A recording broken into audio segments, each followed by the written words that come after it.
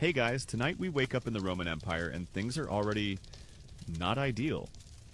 You open your eyes and instantly notice three things. Your back hurts, something's crawling near your foot, and it smells like damp goat.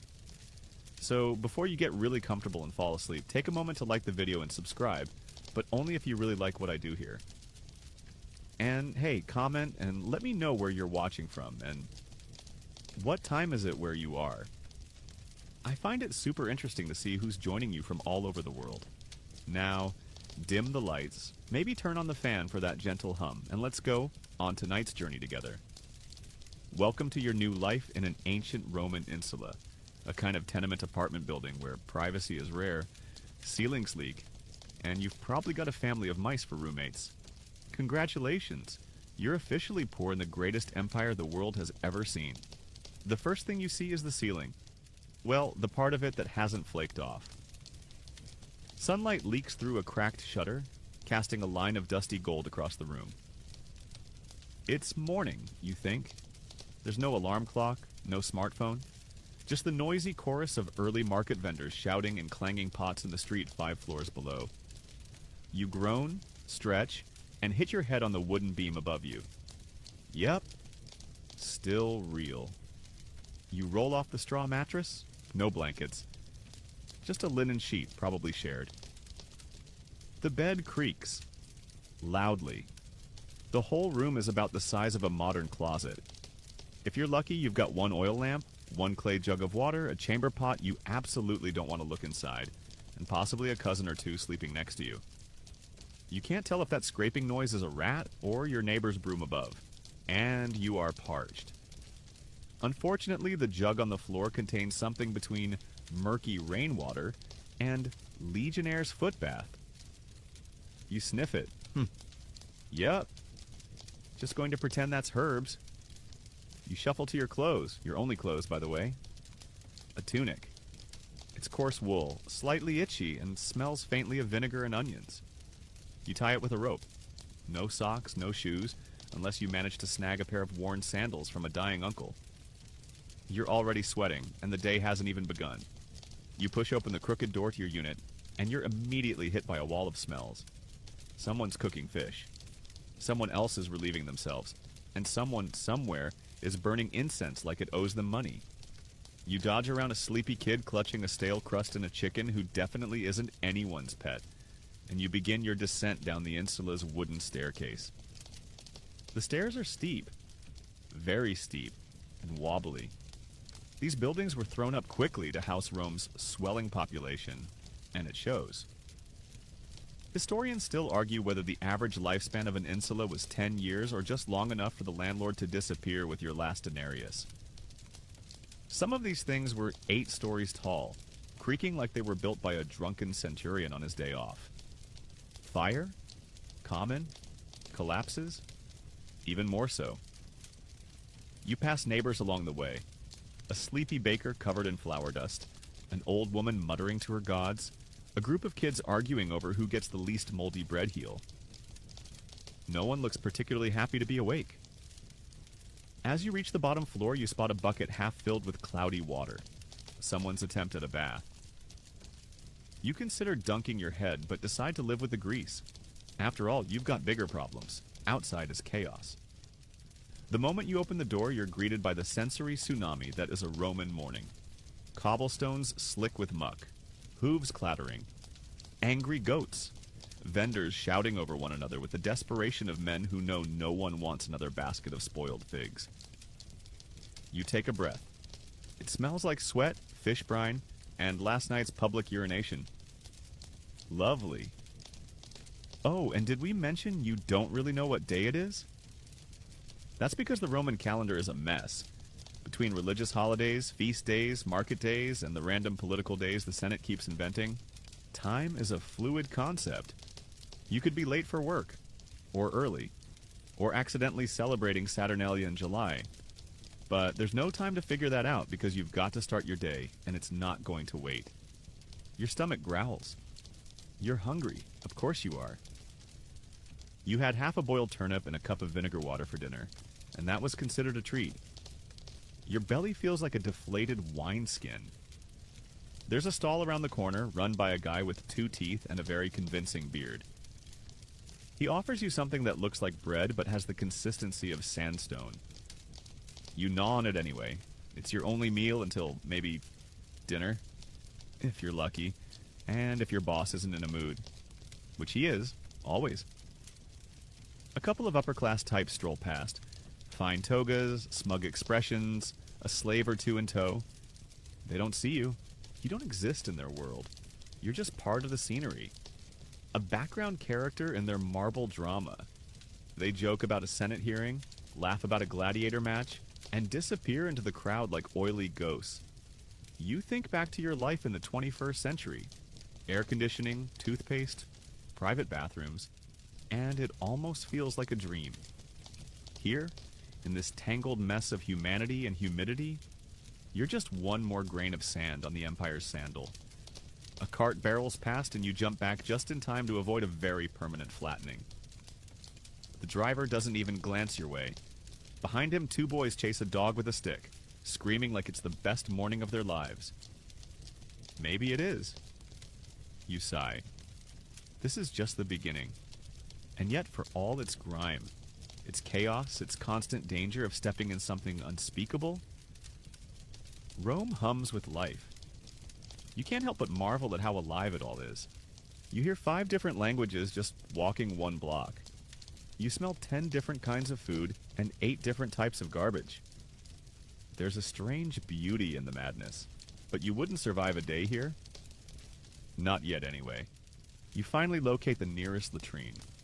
And when we say locate, we mean you follow the unmistakable scent of human despair and rotting cabbage down a side alley, around a corner, and through a low archway into what can only be described as a public bathroom designed by someone who's never respected the concept of privacy. Here it is. Rome's finest communal toilet. Picture this.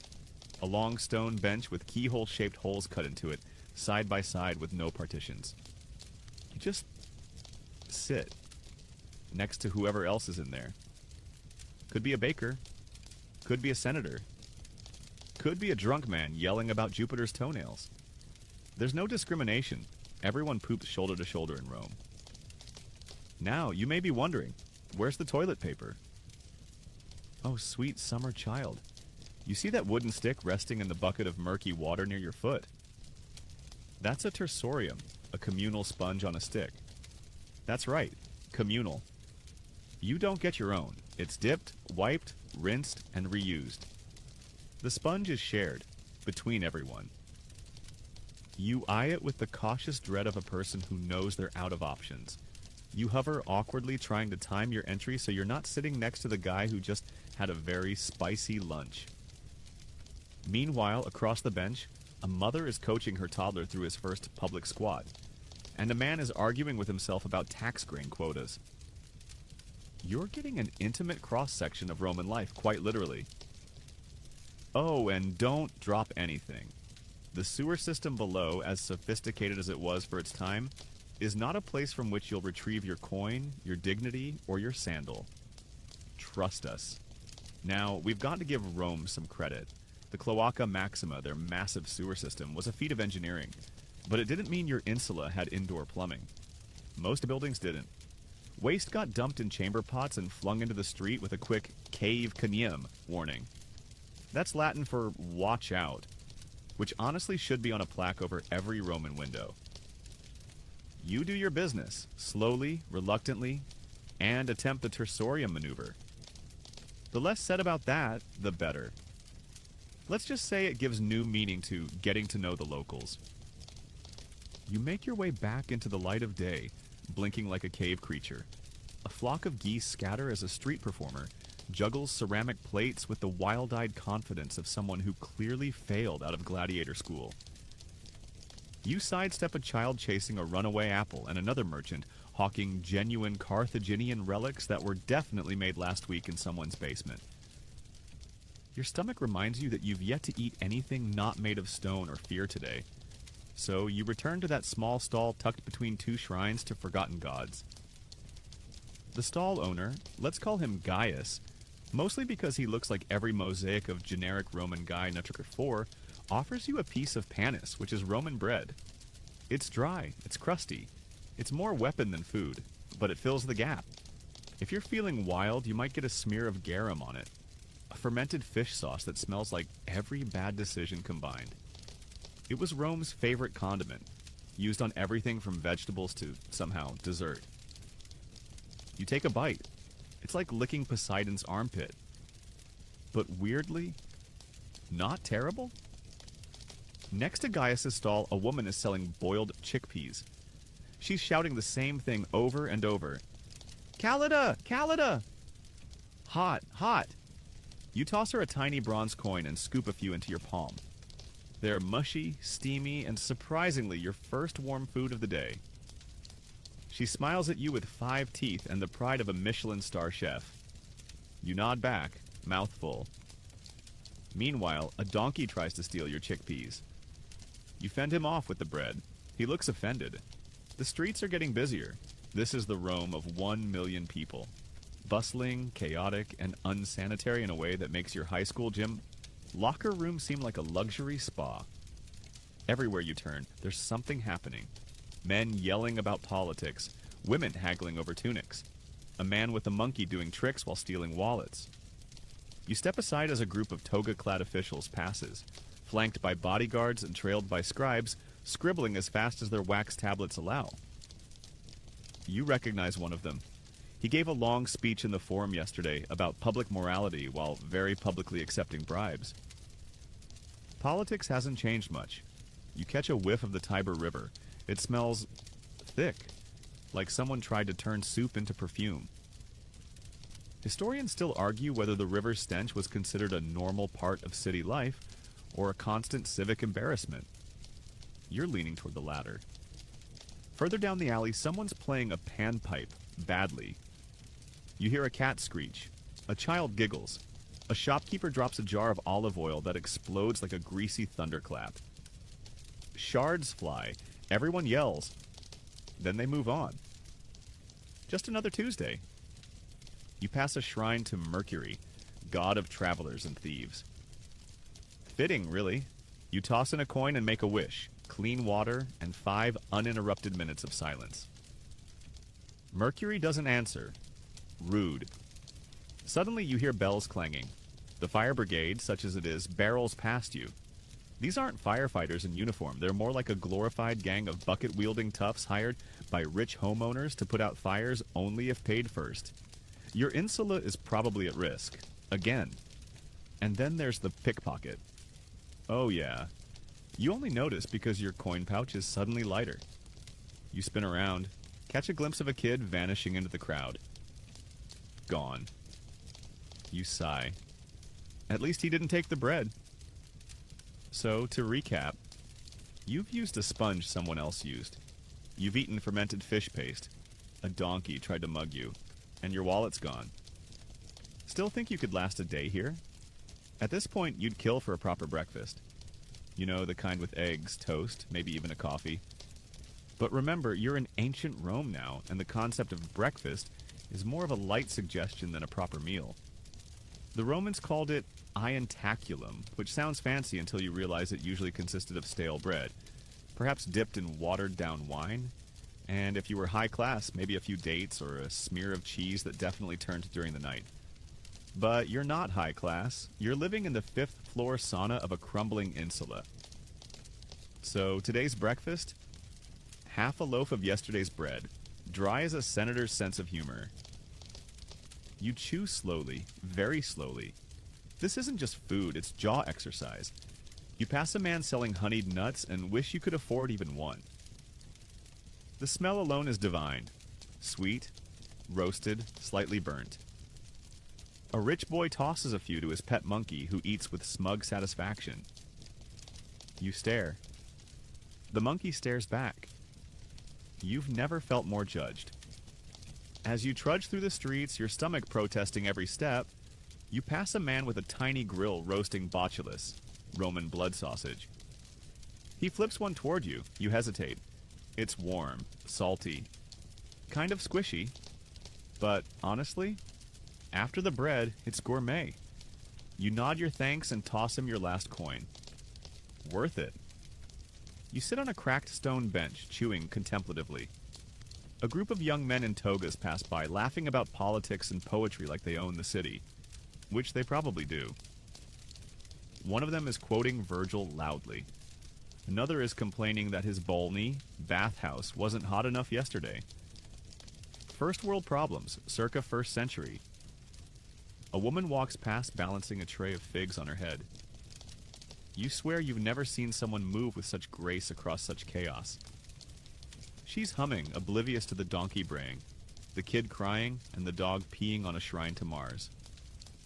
You watch a baker haul a tray of fresh loaves from a sidewalk oven. The smell hits you like a warm embrace. Panis quadratus, the Roman bread shaped in wedges like a pie, is steaming hot. You consider stealing one. Just for a second.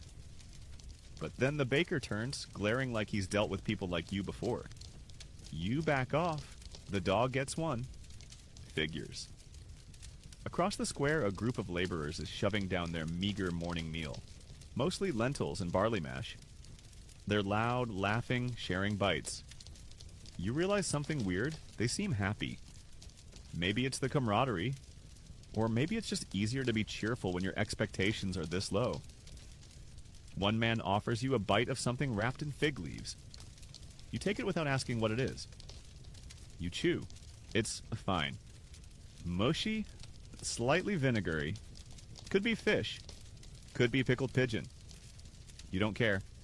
It's warm, and that's enough. In the distance, you hear a town crier shout out the news. His voice echoes down the alleyways. Proclamations about new laws, announcements from the emperor, maybe even a warning about the price of grain rising again. You try to listen, but he's using a lot of words like addictum and praetor, and something about a tax on bricks. You nod politely, pretending to understand. Your attention drifts to a tiny street altar. Just a niche in a wall with a soot-covered statue of Vesta, goddess of the hearth. Someone's left an offering, a half-eaten pear and a pinch of salt. You toss a few crumbs from your breakfast. Can't hurt. You start walking again, following the rising chatter toward the markets. The Macellum, Rome's bustling food marketplace, is already a swirling storm of smells, sights, and shouting. You're immediately pulled into the fray by a butcher yelling about his fresh goat meat. You side-eye the meat. It's not fresh. It has more flies than a battlefield. Next to him, a fishmonger slaps a trout against the table like it owes him money. You're pretty sure it blinked and died again. Then there's the cheese seller whose wheel of pecorino is cracking in the sun. He winks at you. You pretend not to see. You edge away to a quieter corner where an old woman is selling pulse, a gruel made from emmer wheat. It's the Roman peasant's staple, thick, grayish, and aggressively bland. She spoons a glob into a clay bowl and hands it to you. You dig in. It's hot. It tastes like boiled apathy, but it's filling. Add garum, she says, of course. Fish sauce again. You hesitate, then drizzle a bit on. Okay, slightly better, and now it tastes like salted boiled apathy. You sit under the shade of a crumbling column and let the world pass by. The sun's rising higher, and with it comes the smell of humanity in full bloom. Sweat, perfume, fish, burning olive oil. Your stomach is full now, sort of. Your body? Already tired. You hear two old men arguing in Greek. One is claiming the Parthians are about to invade. The other says it's the Germans. Historians still argue whether the Romans truly understood the extent of their northern borders. One of them declares, dramatically, probably quoting Pliny, or maybe just making it up. You consider this as you sip the last of your watered-down wine. You're not sure if it helped or made you thirstier. A bee lands on your cup. You stare at it. It stares back. You both seem to agree. This morning has been a lot. You lean your head back against the stone and sigh. The day has barely begun, and already you've battled bread, conquered the communal toilet, and shared your breakfast with two strangers and a donkey. So, how's that easy ancient life fantasy going? Yeah, that's what we thought. You dust off your tunic and rise from the column's shade, feeling the kind of full-body fatigue that normally doesn't hit until mid-afternoon. But you've still got a long day ahead, because now it's time for work. Or, as it's known here in the Roman Empire, the daily grind, but with more dirt, danger, and a generous lack of safety regulations. Let's be honest. You're not a patrician, you're not in politics, and you definitely weren't born into a senatorial family with a country villa and a private bathhouse. You're a plebeian, a working-class nobody with calluses on your hands and permanent dust in your sandals. Today, you're reporting to your usual gig down by the riverfront, loading bricks. Not glamorous, but it's honest work. Or at least it would be if your foreman Cassius didn't spend half his morning napping and the other half shouting. You arrive at the site to find a pile of bricks roughly the size of a small temple. Your job? Move them from that pile to a slightly different pile across the street. Progress, Roman style. Cassius spots you. He's shirtless, sweating, and wielding a stick he only uses to point, threaten, or stir wine. You're late, he growls, even though you're not. No excuses today. You nod, grab a brick, and begin your day's choreography. Lift, walk, drop, repeat. After about 20 repetitions, your arms feel like wet noodles. After 50, you seriously start considering time travel. Not to escape, just to invent ibuprofen. The sun's climbing fast, and so is the smell. The river nearby reeks of dumped waste and fish guts. Your sweat starts to sting your eyes. You squint, adjust your grip, and keep moving. A fellow worker beside you, Flavius, grins through grime-caked teeth. Only 6 more hours, he says cheerfully. 6 more hours. You pass the time with idle chatter. Flavius tells a wild story about a goat that somehow got elected as magistrate in a village up north. You laugh. It's ridiculous. Except in Rome? Not that impossible. A few paces away, a group of women are spinning wool, chatting softly, their hands moving faster than your legs ever will. One of them catches your eye and smirks. You smile back, then nearly drop a brick on your foot. Smooth. Nearby, a scribbler, probably a failed poet, scratches graffiti into the wall between loads. It says, Lucilla est pulcherrima. You don't know Lucilla, but you're glad someone out there is still writing love notes during back-breaking labor. Later, someone adds, et odorat sicut capra, and smells like a goat. Ah, Roman romance. About an hour in, a man drops a brick on his own toe and screams in Latin, so fluently it impresses even the gods. A medicus is called. He shows up with a jar of salve, a handful of herbs, and the solemn expression of a man who has no idea what he's doing. Roman medicine isn't exactly a shining achievement.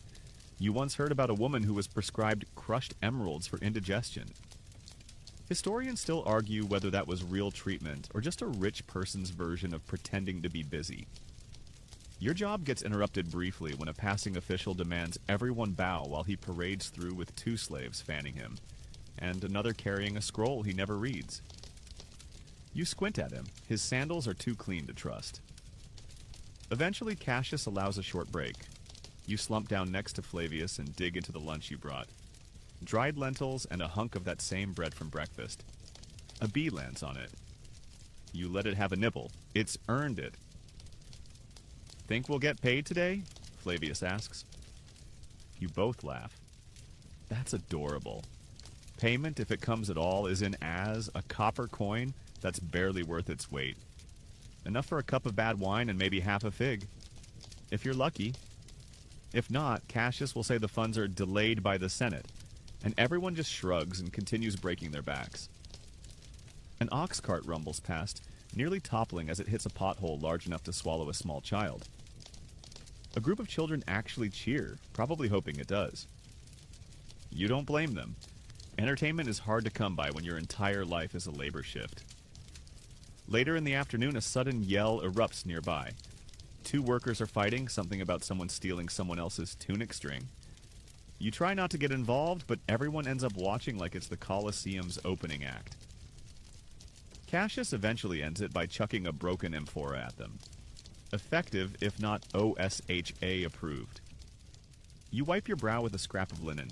Your hands are raw, your knees ache, your sandals are disintegrating, and yet you push on.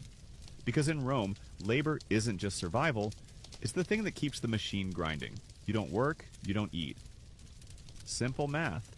But sometimes you wonder, where does all this work go? The buildings rise. The aqueducts stretch. The empire expands. But does anyone remember the brick hauler? The wool spinner? The lentil eater with a bee friend? There's no statue for you. No inscription.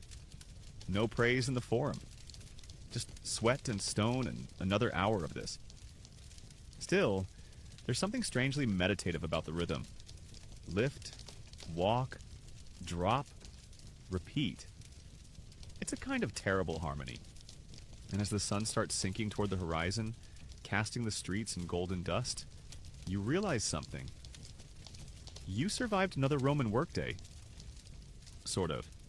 As you drag your aching limbs away from the work site, muscles twitching and sweat dripping into your eyes, you realize something unpleasant. You're still not done. Because navigating the streets of Rome in the late afternoon, that's a full contact sport. You step onto the via, the main road, and are immediately swallowed by a human soup. Everyone, and we mean everyone, is out. Shoppers, pickpockets, housewives, drunk poets, runaway slaves, grumpy donkeys, even a group of street musicians banging on old bronze pans. The air smells like crushed herbs, donkey droppings, perfume, and despair. You sidestep a puddle only to nearly trip over a mangled sandal. A cart screeches past, wheels wobbling, driven by a man yelling insults in a dialect that hasn't been spoken since the Republic. You clutch your tunic and try not to look like a prime target for theft, extortion, or overly enthusiastic street performers. One of them, a young man in a leopard print cloak juggling eggs, calls out, "Spare a coin for Jupiter's most talented son?" You raise an eyebrow. He juggles, drops one, and it splats against your foot. He bows. You walk away. The insulae tower around you, rickety, 8-story tall fire hazards, leaning like drunken soldiers after a Saturnalia feast. Historians still argue whether these buildings were feats of engineering or just elaborate death traps. From a safety standpoint, it's a solid no. A woman yells out her window, something about her neighbor's goat again. Below, a child is drawing in the dust with a stick, totally ignoring the fact that a passing dog is relieving itself 3 inches away. Life in Rome doesn't pause for decorum. You pass a few food stalls again, now emitting stronger smells as the heat of the day has done. Things. To the produce. The fish vendor is still shouting, though his mackerel now have a distinct greenish tint. He shrugs at you. Still good. Spoiler, it's not. Suddenly you stumble. Your foot sinks into something squishy. You don't look down, you never look down. It's the first rule of Roman pedestrianism. Always look forward, never question the squish. You veer into a narrow alley hoping for a shortcut. Big mistake. Here, the buildings lean even closer. It's damp. Cold. The kind of place you instinctively know is excellent for being mugged, haunted, or both. A rat darts by. You're not sure if it was carrying a coin or a message. Either way, it seemed busy.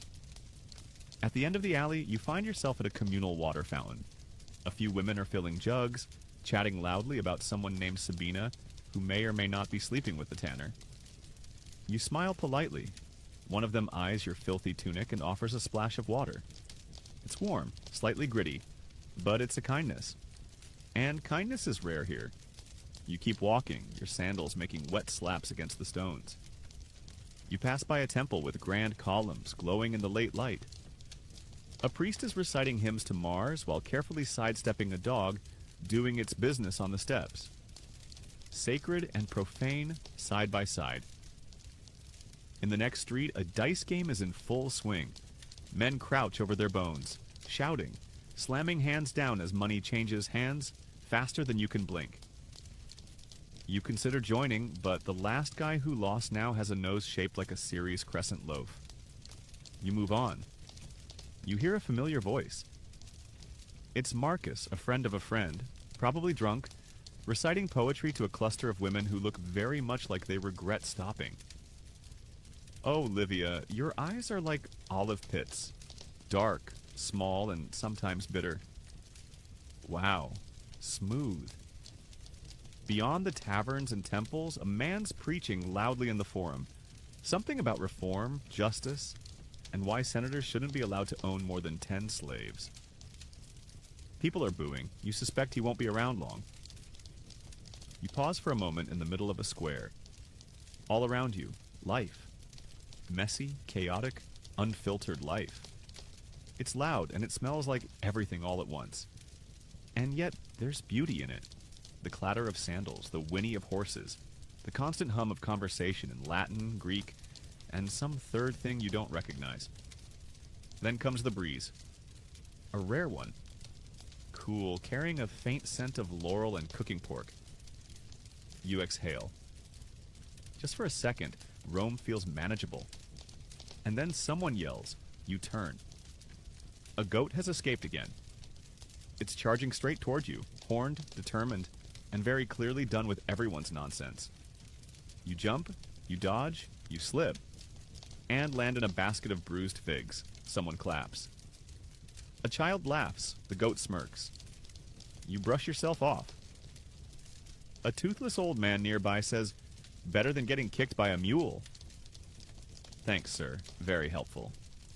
You limp away, fig juice sticky on your tunic, wondering what else the streets of Rome have planned for you. You pass another insula, and from the window, someone dumps a chamber pot. You flinch just in time. It splashes on the road. You give the guy a look. He shrugs. Should have shouted louder. Finally, you reach your neighborhood again.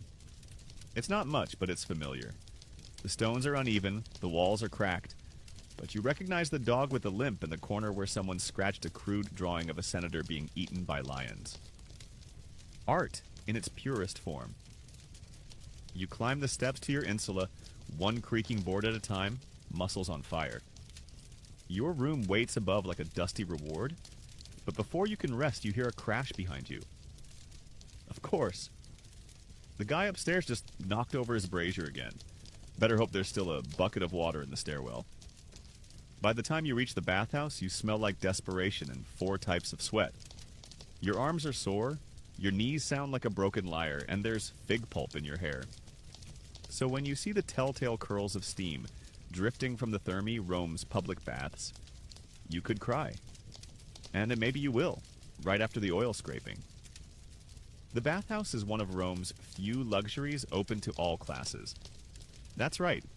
Even if you live in a fire-prone shoebox, you can bathe like an emperor. Sort of. You pay a tiny fee to the Ostiarius, the grumpy doorman who looks like he hasn't bathed since Nero's last poetry recital. He grunts, waves you in, and you're immediately enveloped by a wave of heat, humidity, and naked people. So many naked people. First stop, the Apoditerium, the changing room. There are no lockers, no privacy. Just a few wooden benches and a suspiciously sticky floor. You disrobe. Awkwardly, quickly, and while guarding your coin pouch like it's the last sesterce on Earth. Theft in bathhouses is common. There's even graffiti warning you not to trust anyone named Tertius. You believe it. Now nude, uncomfortable, and somehow already sweatier, you proceed into the tepidarium, a warm, steamy chamber where people lie around like sleepy seals on a beach. The heat loosens your limbs, and for a moment, you almost relax, until someone coughs directly onto your shoulder. You scoot away, quietly. Then it's into the caldarium, the hot room. And we mean hot. It hits you like opening an oven full of boiling soup. The air is thick, the walls drip with condensation, and every surface is one accidental slip away from a cracked tailbone. You sit on a bench and try not to think about how many butts have touched it before yours. A man next to you is loudly ranting about grain taxes. Another is doing push-ups because apparently this is his gym. A third is snoring. You stare into the rising steam and try to pretend you're on a beach. A beach where everyone is shouting and nobody wears clothes. A ball kneader or bath attendant appears, shirtless, oiled, and carrying a bucket of hot water. He gestures. It's time.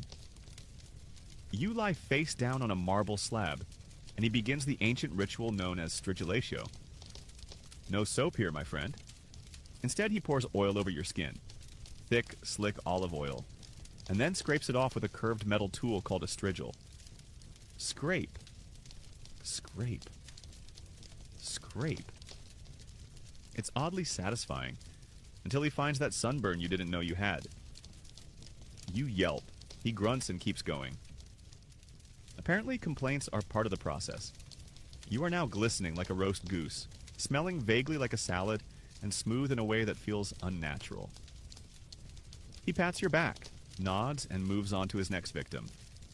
You rinse off in a lukewarm splash pool, more ceremonial than cleansing, and then shuffle into the frigidarium, the cold room.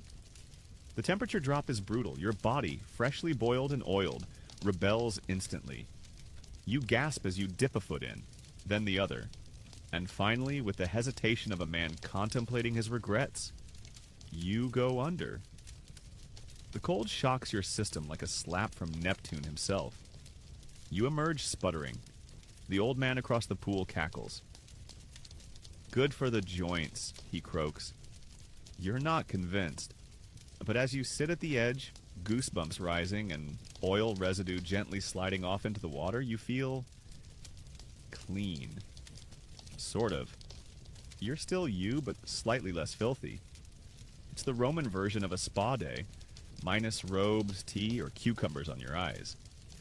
You dry off with a scrap of cloth that smells like it's never truly been dry, redress in your still sweaty tunic, and step back out into the street. Immediately, the dust, the stink, and the flies greet you like old friends. The bathhouse had one job. It tried.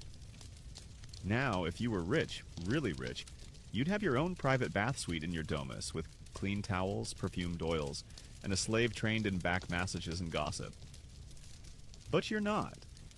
You're a pleb, and you've just shared a tub with 20 strangers, 3 wandering dogs, and a child who definitely peed in the pool. Still, there's a strange satisfaction in knowing that you've participated in one of Rome's great equalizers. The bathhouse is where senators rub elbows with shopkeepers, where gladiators soak next to philosophers, and where you, sticky, sore, and slightly shinier, have survived yet another Roman rite of passage. As you walk away feeling lighter, cooler, and just a smidge pruny, you hear a familiar voice behind you. Back again tomorrow? It's the bath attendant, grinning. You nod vaguely. Will you return? Probably. The oil scrape is addictive. You pass a boy selling perfume, tiny glass bottles filled with crushed flowers, cinnamon, and what he claims is authentic Egyptian essence. You sniff one. It smells like burnt toast. He winks. Limited edition. You decline politely. Back on the main street, twilight is descending. The sky glows peach and gold above the tiled rooftops. Smoke curls from cook fires. Laughter rises from taverns. Somewhere, a lyre plucks out a slow, sweet tune. You take a deep breath, clean air just for a moment, and savor it. Then someone spills a chamber pot nearby and it's back to reality. Ah, Rome. You wander through the heart of Rome, belly rumbling again, and your hair still holding a faint smell of hot olives. But for now, you make your way to the city's true epicenter. Not the palaces, not the temples, not even the bathhouses. Number this right here is the real Roman stage, the Forum. Welcome to the Forum Romanum, a chaotic sprawl of shouting merchants, scheming politicians, gossipy slaves, and that one guy loudly selling owl-shaped bread for reasons known only to him and possibly Minerva. The Forum isn't just a marketplace. It's Rome's Twitter, courthouse, newspaper, therapy session, and gladiator gossip column all rolled into one cobbled plaza. and you've barely stepped into it before being immediately assaulted by a smell cocktail of incense, goat droppings, and someone roasting nuts with zero regard for smoke control. You duck beneath a marble arch, one of those grand triumphal kinds that screams, "Yes, I conquered something," and enter the fray. To your left, a crowd gathers around a bickering group of senators. They're waving scrolls, gesturing wildly, and throwing Latin insults like "Bellua stulta," dumb beast. You eavesdrop just long enough to learn that someone's cousin bribed someone else's uncle to avoid a property tax. Scandalous. But also Tuesday. To your right, a woman is preaching loudly about the goddess Cybele and shaking a rattle made of bones. A child tugs on your tunic and offers to sell you a lucky coin. It's clearly made of tin. You give him a crust of bread instead, and he vanishes like smoke. The forum's centerpiece, a white marble platform called the rostra, looms ahead. This is where speeches happen. Political ones, angry ones, drunk ones. Sometimes all three at once. Right now, a man in a soot-streaked toga is standing on it, shouting about corrupt aqueduct inspectors and how the Empire's too obsessed with gladiators. No one's really listening except for an old lady knitting and a goat chewing on his sandal. You stay to watch. It's free entertainment, and the goat seems invested. Then you hear it. A whip crack of a voice behind you. 2 slaves for the price of 1. Strong backs, mild temperaments, slight limp on the tall one. You turn. A slave auction is in full swing. It's quieting, the way a Roman crowd does when it's about to judge something. 2 frightened boys stand on a platform while bids are called out. Coins clink, hands raise, voices sharpen. You feel your stomach knot. This is everyday life here. Human beings bought and sold like amphorae of wine. You see a woman near you shake her head and mutter, "We were better under Augustus." You're not sure she's right, but you nod anyway. Then comes a familiar face. Your friend Flavius, still covered in dust from the brick site. He's leaning against a column and chewing on a fig. "Form's lively today," he says. You grunt in agreement, still watching the crowd shift and boil like a human stew. You both sit on the edge of a dry fountain, and he starts rattling off the day's gossip like a local podcast. That senator's wife ran off with a gladiator. Some rich guy imported parrots that only insult you. Oh, and the baker's dog had puppies. 3-legged, but adorable. This is Rome. Empires rise and fall, but the street-level drama? Eternal. Suddenly, horns blare from the eastern road. A small procession enters. Standard bearers, guards in polished armor, and a chariot rolling over flower petals thrown by children. "Another returning governor," Flavius mutters. "Back from Gaul, probably. Full of himself." The man in the chariot waves like a bored actor. His toga is bleached so white it practically glows. You can't tell if he's important or just rich. In Rome, the line is blurry. He shouts something about a feast tonight in his honor, then disappears down a gated alley. Behind you, an old philosopher is holding court on a broken column. He's lecturing about stoicism and how pain is an illusion. You raise an eyebrow. His sandals don't match. A boy asks him why thunder happens, and the philosopher replies, "Because the gods are bowling." Enlightening. You head toward the law courts next. Massive basilicas where trials, hearings, and public accusations unfold like theater. You peek into one. A man is weeping, claiming his neighbor cursed his chickens. The magistrate looks unimpressed. "Did the chickens explode?" he asks. The man sobs harder. You step out. Over by the Temple of Saturn, a small crowd is gathered for a street performance. A woman in a ragged cloak is juggling knives while singing a bawdy song about Emperor Claudius's limp. You watch until she drops one. Everyone claps anyway. The ground vibrates a little as a cart rolls past, pulled by oxen and loaded with amphorae. One topples, cracks, and spills its contents, a sticky brown stream of garum. The smell hits you like a salted slap to the nostrils. You and Flavius both gag and back away. Someone behind you mutters, "At least it wasn't sewage this time." A man in a hood passes by selling scrolls of prophecies approved by Apollo. You buy one on a whim. It says, "Beware of goats and politics." Fair. Evening begins to settle over the forum, but the volume doesn't drop. Rome doesn't know how to whisper. Children dash between columns. Lovers argue softly in shadowed corners. A centurion chases a pickpocket with the slow frustration of someone who knows he won't catch him. You lean against a marble column and let it all wash over you. The voices, the dust, the flickering torchlight. Rome is loud. Rome is filthy. Rome is unfair and overwhelming and absolutely bursting with life. And as you stand there, back aching, fingers still smelling faintly of oil and fig juice, you realize this might be the most alive you've ever felt. Of course, the moment you feel vaguely optimistic about Roman life, you twist your ankle. One moment you're stepping off the forum's polished paving stones with the grace of someone pretending they belong here, and the next your foot finds the single loose slab in a 10-square-mile radius. There's a sharp jolt, a pop, and then a truly unflattering sound escapes your mouth, somewhere between a squeal and a war cry. You try to play it cool. You fail, miserably. Flavius winces beside you. That sounded crunchy. You hobble to the nearest stone bench, gripping your leg like a tragic figure from a Greek vase. Your ankle is swelling already, which is bad, because medical care in Rome isn't exactly what you'd call comforting. Still, you have to try something, so you limp your way to the nearest medicus. You find him in a cramped shop squeezed between a fishmonger and a shrine to the household gods.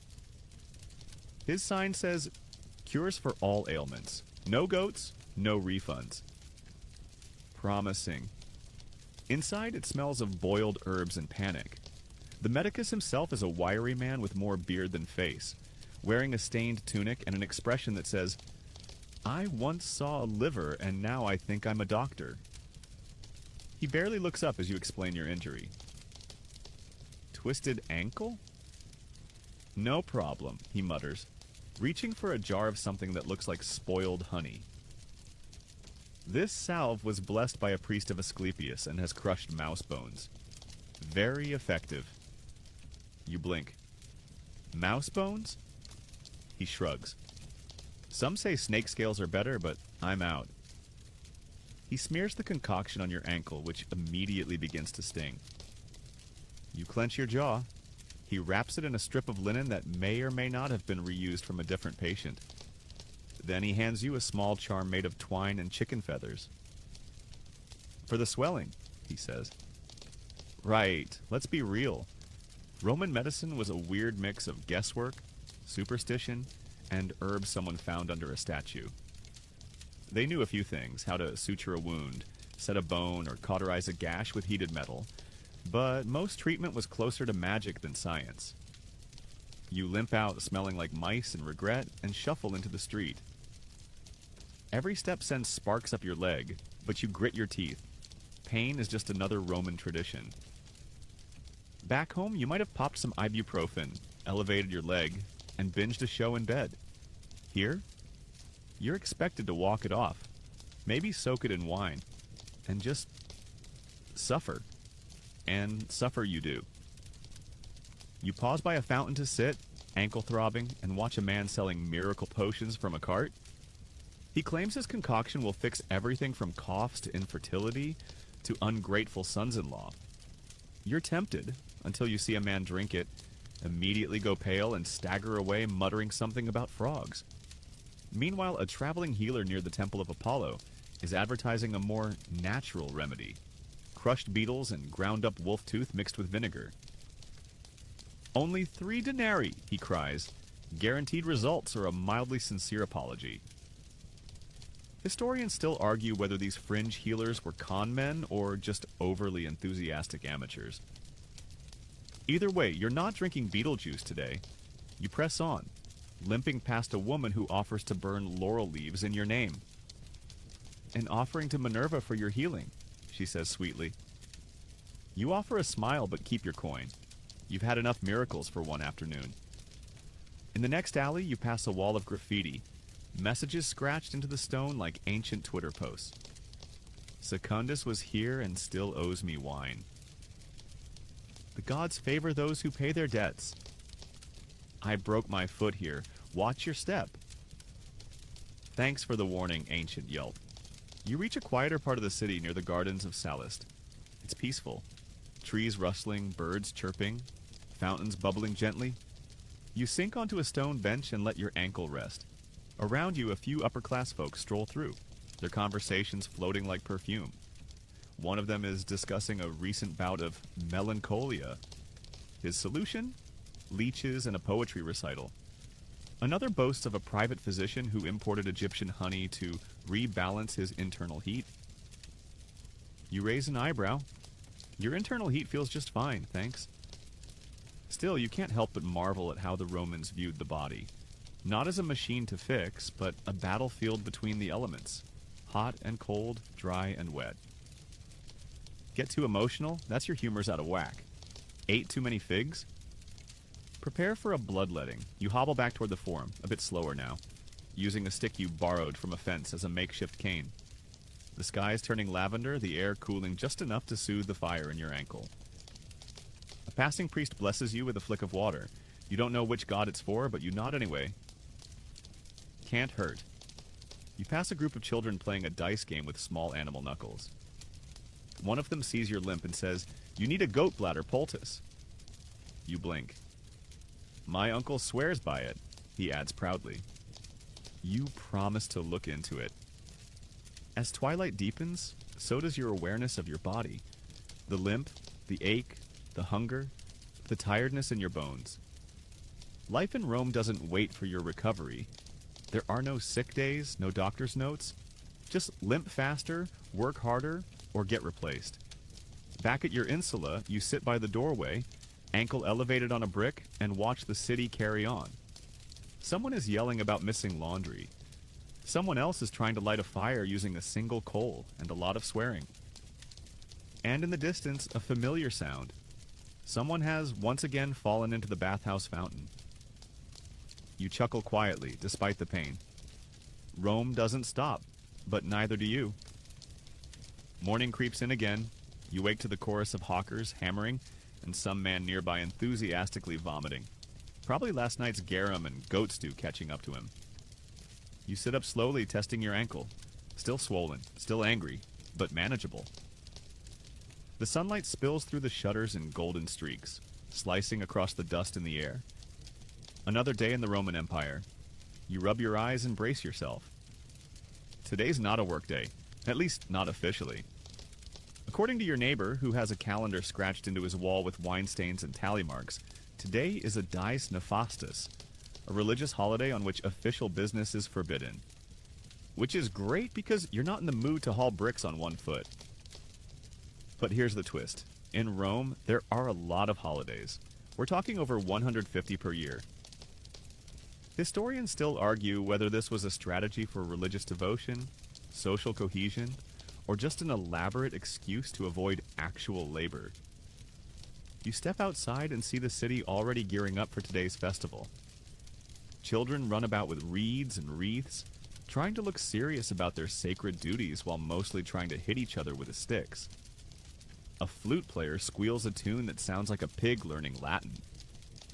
You spot your neighbor, Lucilla, burning incense on a tiny rooftop altar. She's murmuring prayers to Juno with a jug of wine in one hand and a bundle of mint in the other. You nod politely.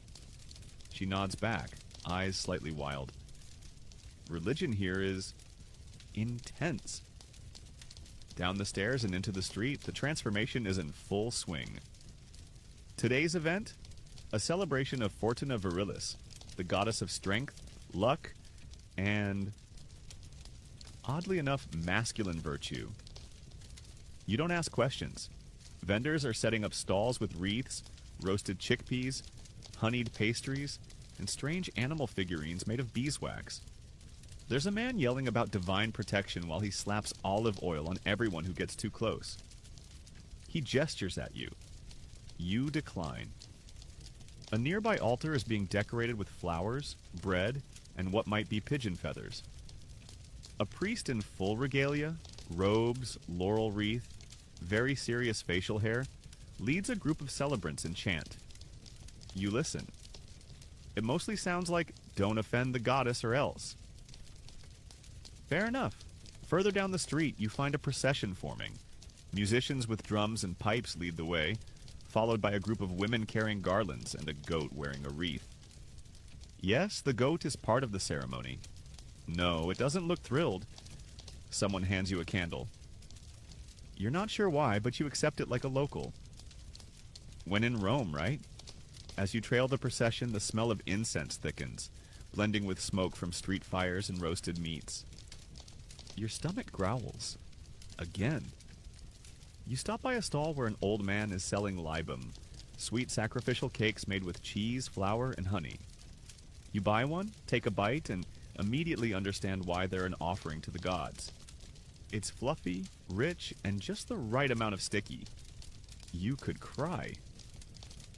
Across the plaza, a group of young men are engaged in a spirited game of Trigon, tossing a ball between three players with a flurry of grunts and dramatic flair. One misses, and the ball smacks an elderly priest in the back of the head. Everyone freezes. He turns slowly. They scatter like pigeons. You're still clutching your candle when someone starts shouting near the Temple of Venus. Turns out a sacred chicken has gone rogue. It flaps wildly through the crowd, pursued by two red-faced attendants. People cheer.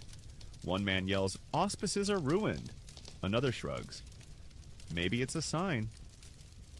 Historians still debate whether Romans actually believed in omens or just loved the drama.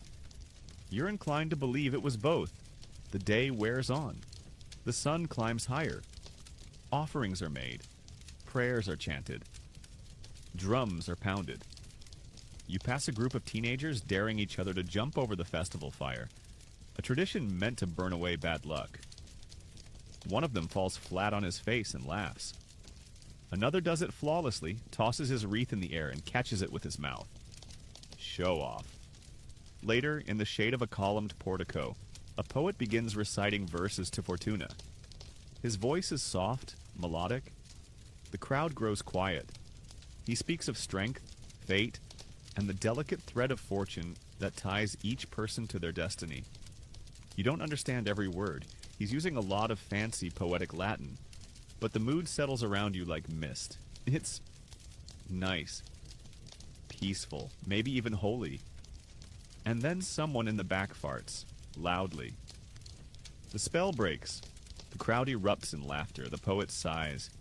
You suppress a giggle. Even gods, it seems, tolerate interruptions. Toward evening, the crowd moves toward the river. Ritual cleansing is next. Part bath, part prayer, part excuse to splash around. You sit on a stone ledge, letting your feet dangle over the water, your candle finally burned to a stub. Nearby, Lucilla wades in, holding her bundle of mint, muttering another prayer. A boy beside her is dunking his sister like she's a laundry rag. The water glitters. The air smells like flowers, wax, and hope. You lean back, watching the stars begin to blink overhead. Rome doesn't sleep, not really, but it does settle.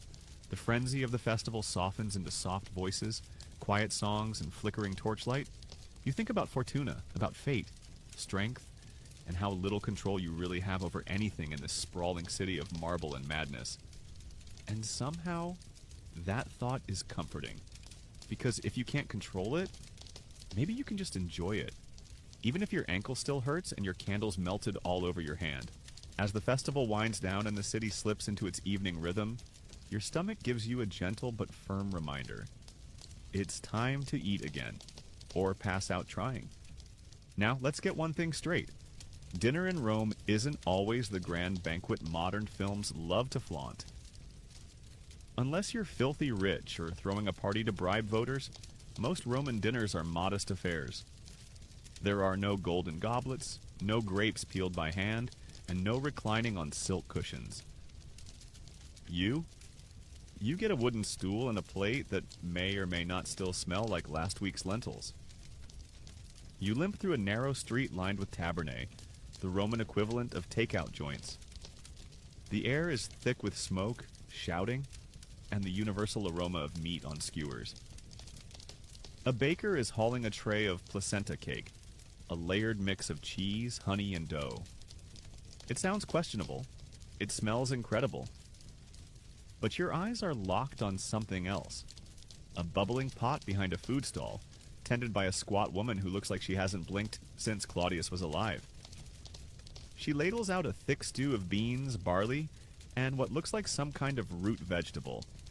Maybe turnip. Maybe mystery. Dupondius, she says without looking up. You drop the coin in her palm, take the bowl, and find a seat on an overturned crate. It's warm, salty, and filling. You suspect it would be better with a splash of wine or a piece of bread, but it's doing the job. Around you, others are enjoying the cheap dinner rush. Sailors, scribes, young lovers, exhausted market vendors, and a small dog that's either someone's pet or a furry con artist. Someone's playing a flute nearby. Badly. You tune it out. Across the street, a wealthier crowd is gathering inside a domus, reclining on couches, laughing at jokes that aren't funny, and getting hand-fed stuffed dormice. Yes, that delicacy. Romans loved them. They'd fatten dormice in special pots, stuff them with herbs and nuts, and serve them as a show of wealth. You shudder. That's a line you're not ready to cross. Try the dormouse? Someone asks with a grin, offering you a bite from a skewer.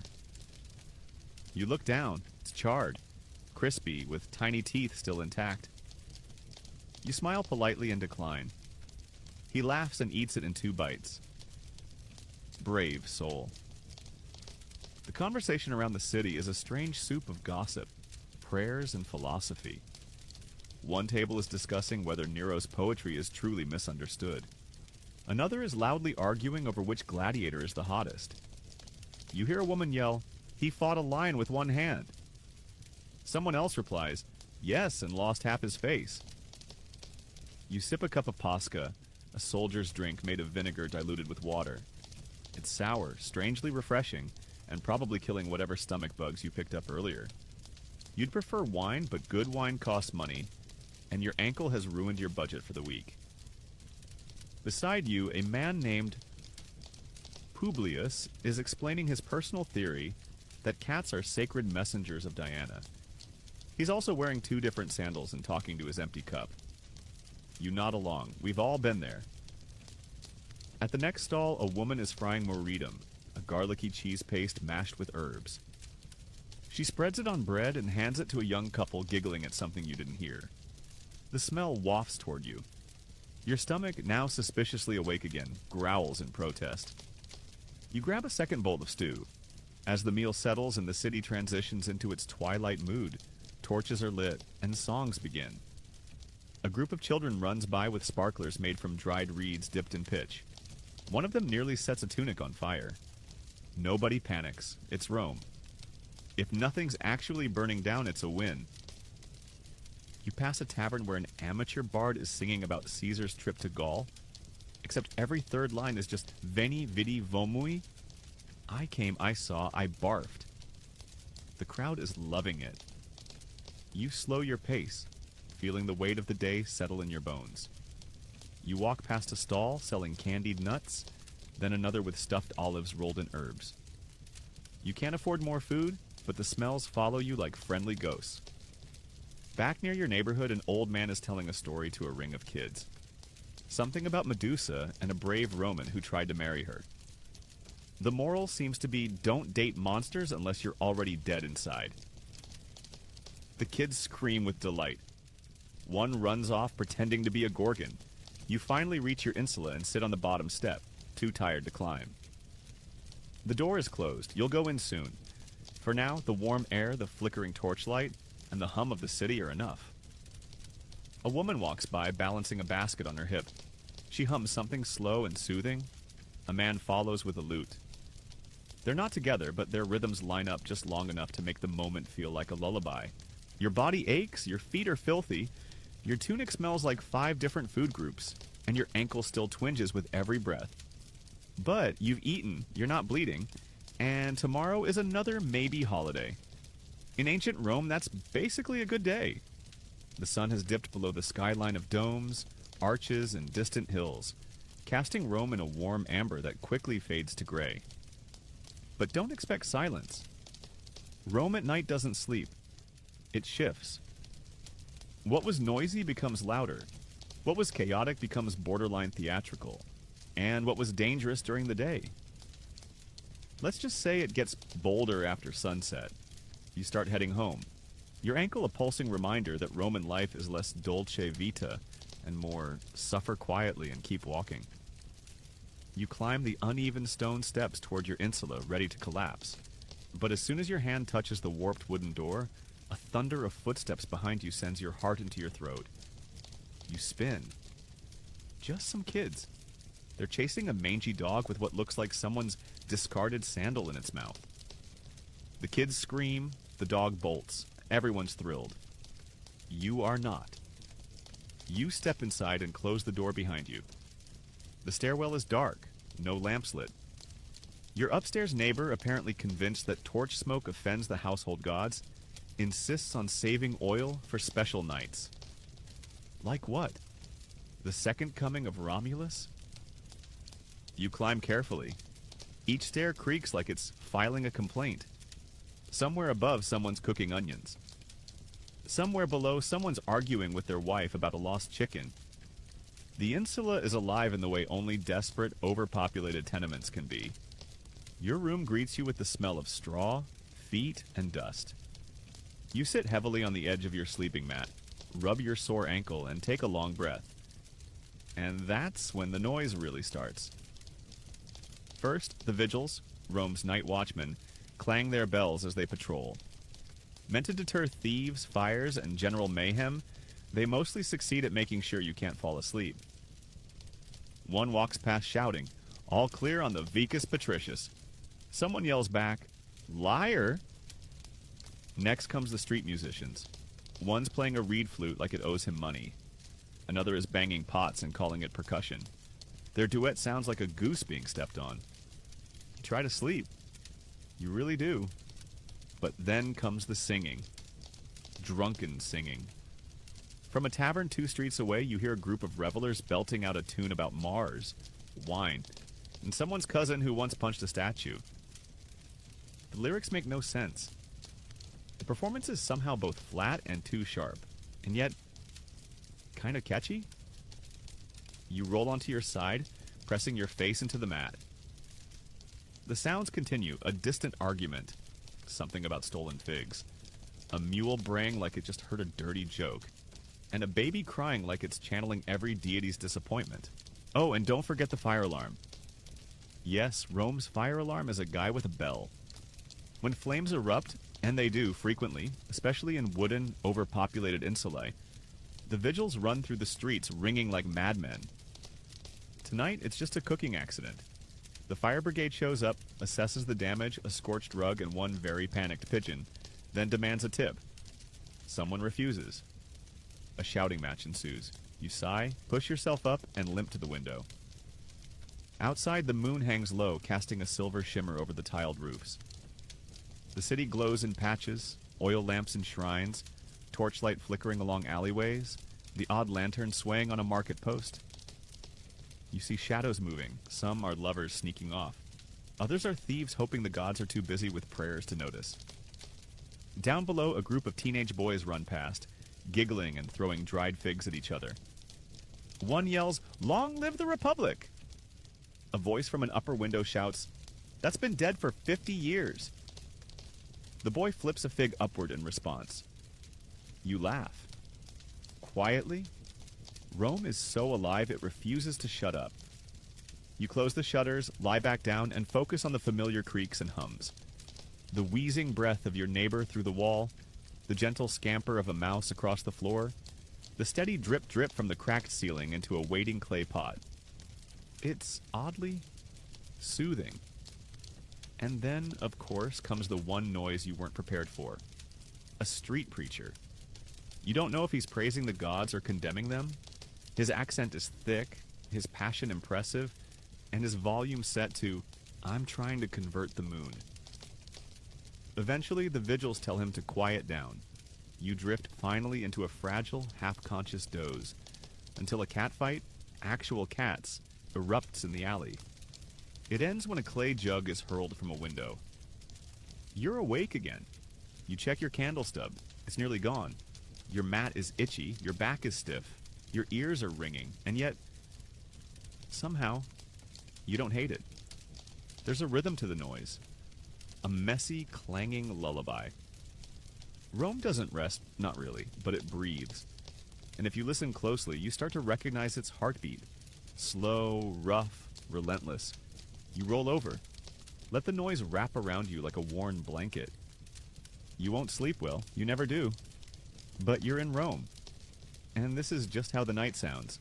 You wake up with straw in your hair, a sore neck, and the distinct feeling that a raccoon, not native to Rome, but stay with us, punched you in the spine during the night. In truth, it was probably just your mattress folding in on itself again. And maybe the lingering effects of yesterday's mystery stew. But no time to mope. Because today, fate has pulled a cruel card from the bottom of the deck. You've been conscripted. That's right. You, limping, underfed, barely holding your life together, are now a proud member of the Roman military. Or at least you will be after you trudge to the local officium and let some bureaucrat with a bad haircut record your name in the rolls. It started with a scroll hand-delivered yesterday evening by a boy who looked vaguely sorry for you. "Congratulations," it read. "The Empire thanks you for your service. No choice. No warning. Just thanks. So now, here you are, standing in a dusty courtyard with a group of other unfortunate civilians. Some look nervous, some look excited. One man is still drunk. The officer barking at you all is built like a battering ram and has a voice that could chip stone. Form a line! That's not a line. That's a disgrace to geometry. You line up. They hand you a tunic slightly less itchy than your own, a belt that smells like dead cow, because it is, and a pair of sandals called caligay, hobnailed soles designed to last miles and crush toes. You already miss your old, broken pair. Next, weapons. Not a sword yet, don't flatter yourself. First, a wooden practice gladius and a target stuffed with straw and defeat. You'll earn iron when you stop crying during drills, the officer growls. Training begins immediately. First lesson, marching. You thought walking hurt before? Try doing it in formation, under the sun, for hours, with 100 other people who've also never marched a day in their lives. It's less military precision, more drunken conga line. Left! Left! Not your other left, Sylvanus. Someone trips. The officer sighs like the gods have personally betrayed him. Then come the drills. You swing your wooden sword at the dummy, over and over, until your arms are jelly and your blisters have blisters. Every time you stop to gasp for air, the officer hits you with a fresh Latin insult. A sinus mollis, soft donkey. You don't even know what that means, but it hurts. After what feels like an eternity, they give you water from a skin that tastes like it's also been used to. Tan leather. You drink it anyway. Hydration is more important than dignity now. Lunch is barely worth mentioning. A scoop of barley mush and a slice of questionable pork. The flavor can only be described as brown. You eat it sitting on a stone, watching the actual soldiers nearby play dice and pretend not to be sunburnt.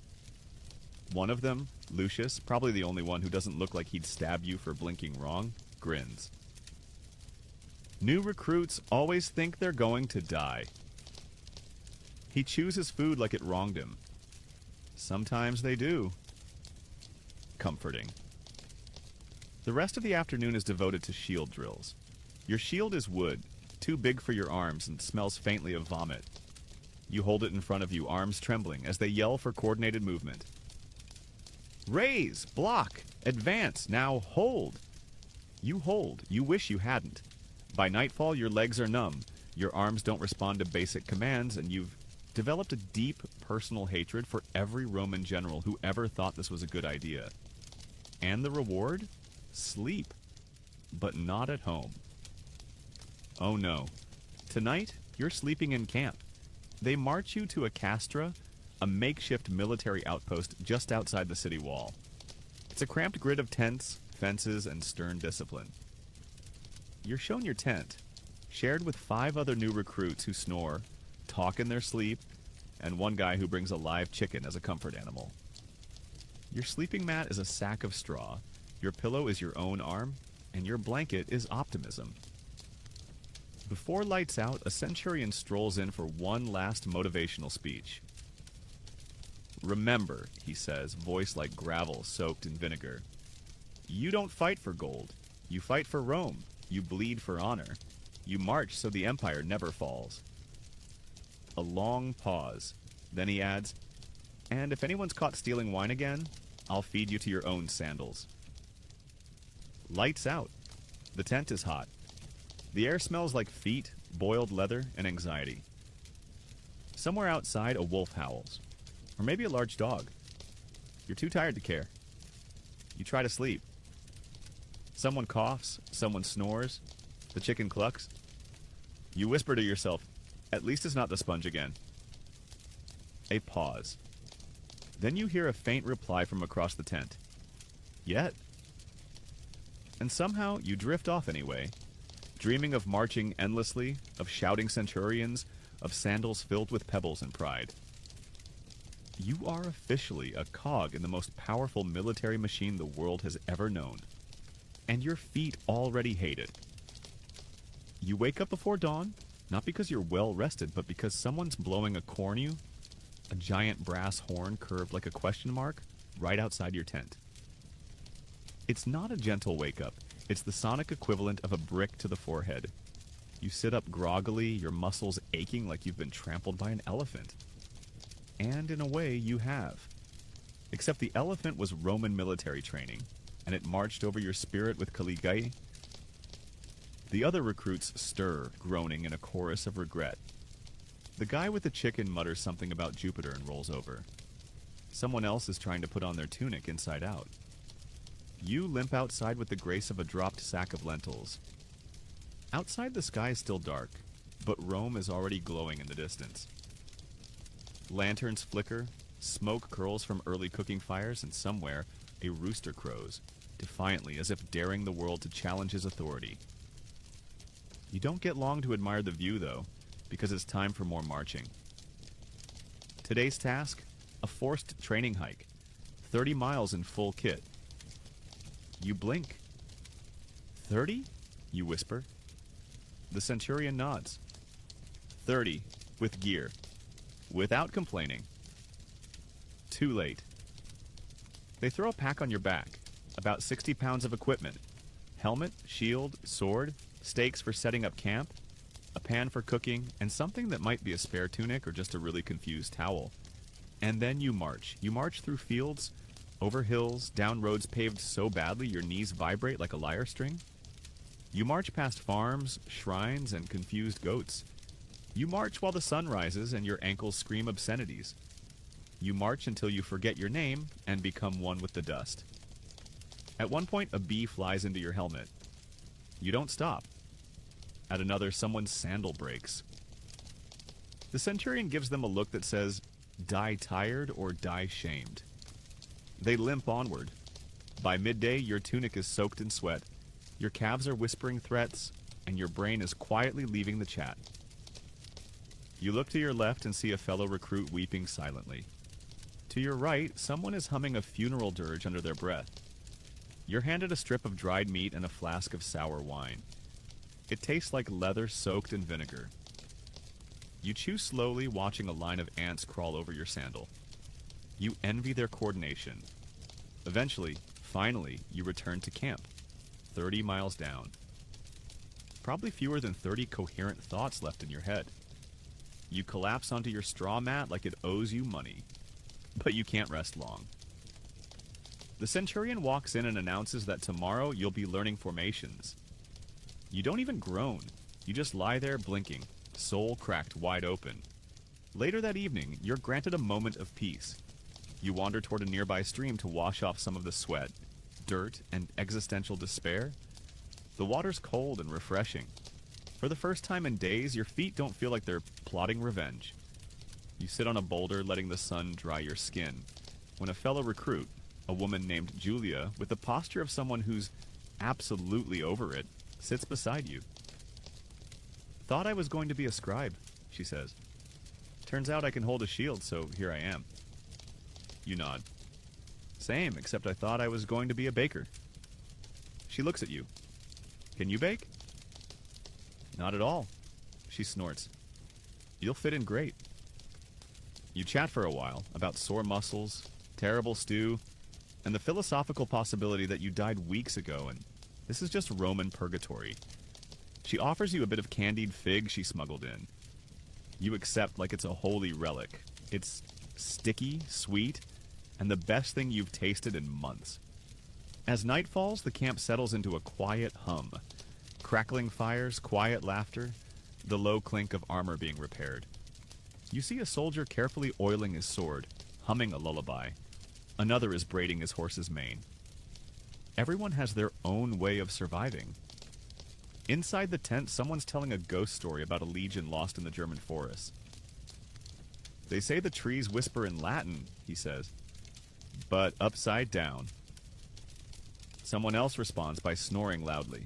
You lie on your mat, arms behind your head, looking at the tent ceiling and wondering if there's an easier life somewhere. One without endless marching, one with proper shoes. But then you remember something the centurion said earlier, right before he yelled at a guy for sneezing during formation. Rome doesn't need heroes, it needs survivors. You smirk. You can do that. Kind of, probably. Tomorrow you'll learn the famous testudo, the tortoise formation. Shields up, march in sync, trust your neighbor. You're not sure whether you'll master it or just fall on your face again, but hey, either way, it's another story.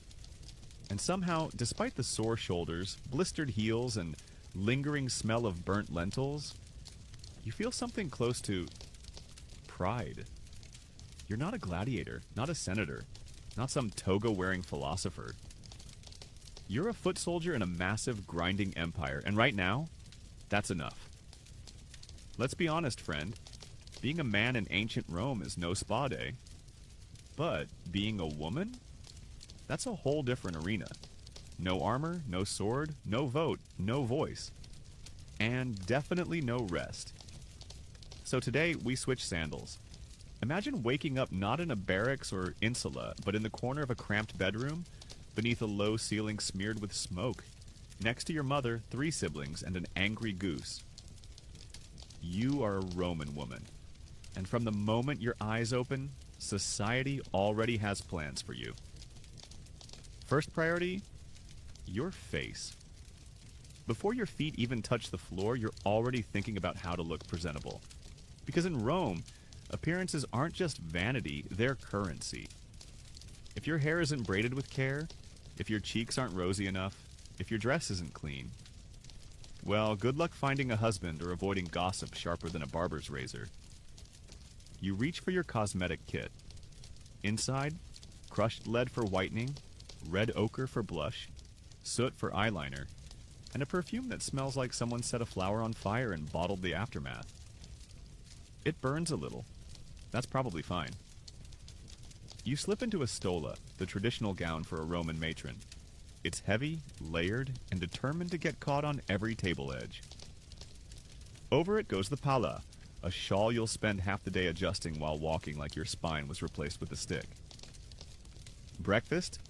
If you're lucky, you'll get some bread and olives. If you're less lucky, you're already grinding grain, stirring lentils, or chasing chickens that absolutely do not want to be stewed today. And if you think staying home means safety, think again. You're managing the household, which is a nice way of saying you're a CEO with no salary, no sleep, and a staff of unruly relatives. The water needs fetching. The laundry needs scrubbing. The neighbor's baby needs minding because, of course, she just popped out for a ritual. And don't forget spinning, always with the spinning. Your hands twist wool into thread, hour after hour. It's tedious, it's essential. It's the Roman woman's badge of honor. A woman who doesn't spin is a woman not fulfilling her purpose, apparently. You sigh and keep twisting. A friend drops by, Livia, who married into a slightly better insula 2 blocks over. She's carrying news like a cartload of figs. Who got married, who got dumped, who was spotted in the forum without her pala. Scandalous. The conversation turns, as it always does, to marriage. Because if you're not married by your early teens, you're late. And if you are married, you're already under the command of your husband's manus, the legal hand of ownership. He can divorce you by simply stating he wants to. You can't even keep the dowry unless you're lucky or incredibly clever. Historians still argue whether Roman women wielded real power behind closed doors or were simply masters of survival in a rigged game. You're beginning to think it's both. At midday, your husband returns. He smells like wine and arrogance. He rants about grain prices, complains that the cook burned the stew, then falls asleep in the atrium while snoring like a wheezing gladiator. Romance. You'd like to visit the bathhouse, but as a woman, your time slot is restricted. You go mid-afternoon, crammed between lunch and the respectable hours reserved for men. Inside the balnie, it's hot, humid, and packed with chattering women. Some gossip, some scrub, some gossip, some scrub, some stare blankly at the wall as if imagining a world without chores. You bathe quickly. The water isn't exactly clean. The attendants rush you. You try to enjoy the brief moment of warmth, of peace, of not being needed. But even here, you hear someone say, "Did you see Flavia's ankles?" So pale. So tragic. After bathing, you swing by the marketplace. You haggle for lentils, avoid the fish stall, it sings with flies, and whisper a prayer to Mercury not to get pickpocketed. You succeed. Back home, you tend to your daughter's knotty hair. She's squirming. She's grumpy. She tells you she wants to be a priestess. You smile and nod. Maybe she'll make it, maybe not. You thread gold into her braid anyway. Then it's time for cena, dinner. You prepare the food. You serve the food. You clean up the food. You do not eat first. That's for the men, even if they contributed nothing beyond passive chewing and wine-fueled debate about the superiority of their grandfather's figs. When you do eat, it's cold. And when everyone's finally quiet, and the lamp is lit low and the goose is asleep, thank Jupiter, you take a breath. You light a small oil lamp to Vesta, goddess of the hearth. You whisper a thank you. Not because today was kind, but because it ended. Then comes the knock at the door. It's your neighbor. Wide-eyed? Her sister's gone into labor. No midwife nearby. Can you help? Of course you can. You grab the towels, the herbs, the wine. You roll up your sleeves. You go. And you do what Roman women have always done. Everything. The morning is loud. Not the usual Rome loud either. Not goats and merchants and babies screaming over bread crusts. No, today's noise has a different tone. Lower, rowdier, sharper at the edges. You poke your head out of your insula window and instantly regret it. The streets are packed with people, shoulder to sweaty shoulder, all moving in one direction, toward the Colosseum. A gladiator day. Of course it is. You limp downstairs, careful on the crooked steps, still feeling the ache of soldier drills and the lingering sting of yesterday's frying oil that kissed your thumb while cooking lentils. You weren't planning on going to the Colosseum, but there's something about the way the crowd flows. It pulls you like a tide. Along the way, you pass stalls already cashing in on the event. Roasted chestnuts, cheap wine in ceramic cups, souvenir figurines of famous gladiators carved from river clay. One stall is selling tunics dyed red, just like the ones the real fighters wear. The dye is already rubbing off onto people's hands.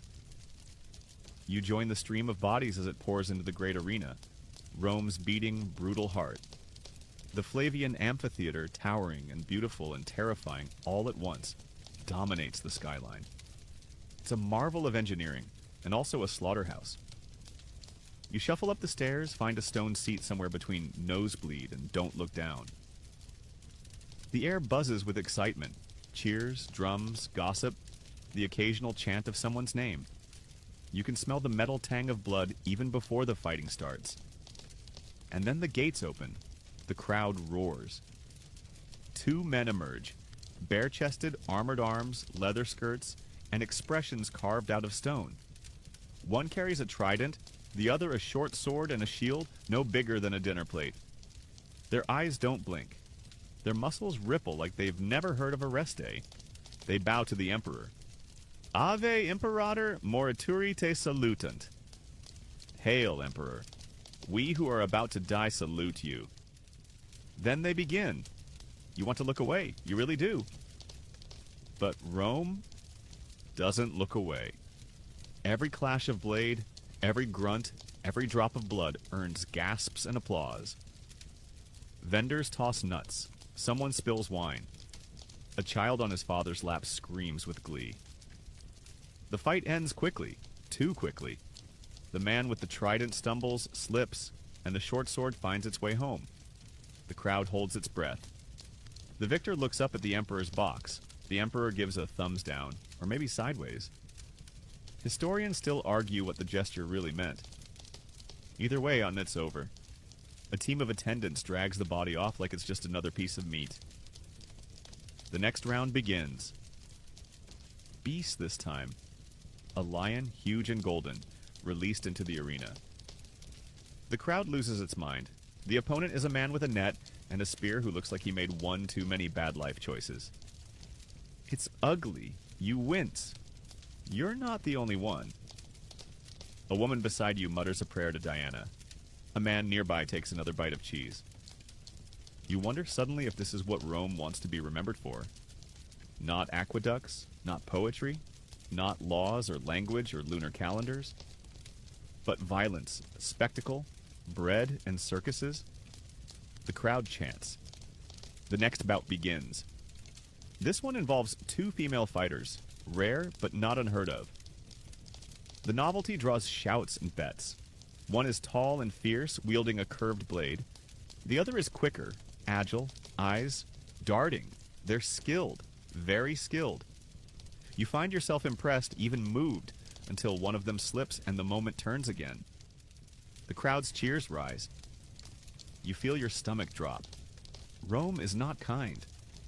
Hours pass. The sun arcs high. The seats grow hotter. The fights blur together. Blood, dust, the clash of steel, the scream of the unlucky. You leave before the grand finale.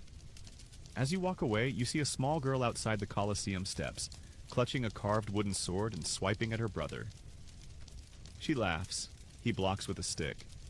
Their mother watches, tired but smiling. Life goes on. You pass a fountain and wash your hands. The water is cold, clear. You stare into it for a moment, your face swimming back at you. Dusty, tired, alive. You wonder, if you died today, would your name be remembered? Would someone scratch it on a wall? Say it in a prayer?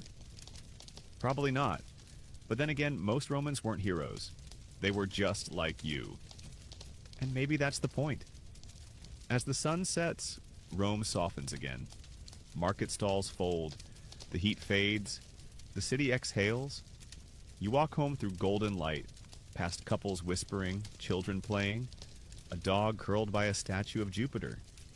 You limp a little. You wince as you climb the stairs. And then you lie down. You've made it through another Roman day, and if you're being honest, you're not sure you'd survive another one. The city quiets, at last. You lie on your straw-filled mat, eyes half closed, listening to the sounds of Rome fade into something gentler. The clatter softens into murmur. The footsteps grow distant. Even the tavern across the alley, once full of shouting and clinking cups, has gone still. Just a single lute plucks a lullaby through the window slats. The air is cooler now. It brushes your skin like the edge of a curtain. You shift slightly, feeling the dull ache in your legs, the faint sting of sun-kissed arms, the hum of exhaustion in your bones. But it's not all pain. There's a strange comfort in it, the kind that comes from having survived